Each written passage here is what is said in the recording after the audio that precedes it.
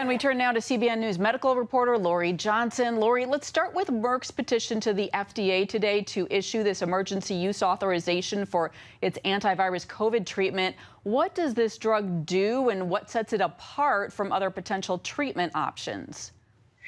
Well, a lot of people can understand what it does if they look at the drug called Tamiflu.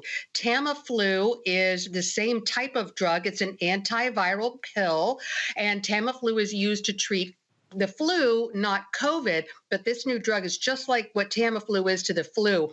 And basically, as an antiviral pill, what it does is it stops the replication of the virus in your body. And so that's why it's really important that you take the pill as soon as possible after the onset of symptoms, ideally within 24 hours, 48, 72 hours, possibly. And so this is a great advancement.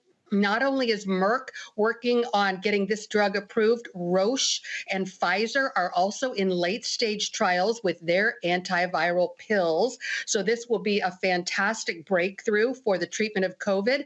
It might be available as soon as the end of the year. Until then, there's already a fantastic treatment available to people, and it's a monoclonal antibody, and it is 70% effective at resisting keeping people out of the hospital, I should say. It's called Regeneron, and the only drawback to some of the patients is it is an infusion, but it's very effective and it is free. It's paid for by the government and is FDA approved. These advancements, in light of the fact that we see hospitalizations and death rates declining, what should we anticipate right now as the colder months approach? Well, it's really interesting because we have seen a number of experts saying that we have actually gone over that peak of the Delta variant and we are now on the downside.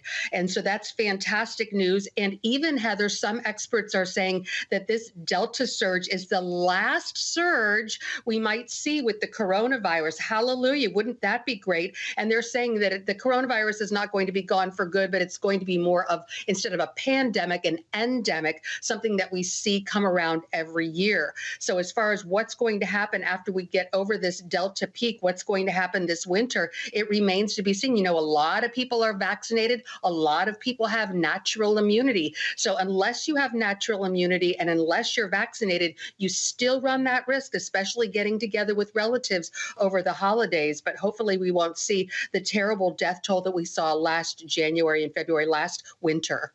All right, Lorie, and just briefly, Halloween is around the corner. Dr. Fauci is out talking about it, saying it's okay for kids to trick or treat. What are some of the best ways to keep everyone safe around Halloween? Well, the key, of course, is just stay outside. So at my church, for example, we have trunk or treat where we're in the parking lot, so outside, and the kids go from car to car. Remember, kids make up 1/4 of all COVID infections these days, so kids can still get it and are still getting it. So best to keep the kids who are not vaccinated from these indoor settings where they're all grouped together closely. All right, makes sense. CBN News medical reporter Lorie Johnson, thanks. Thanks for having me.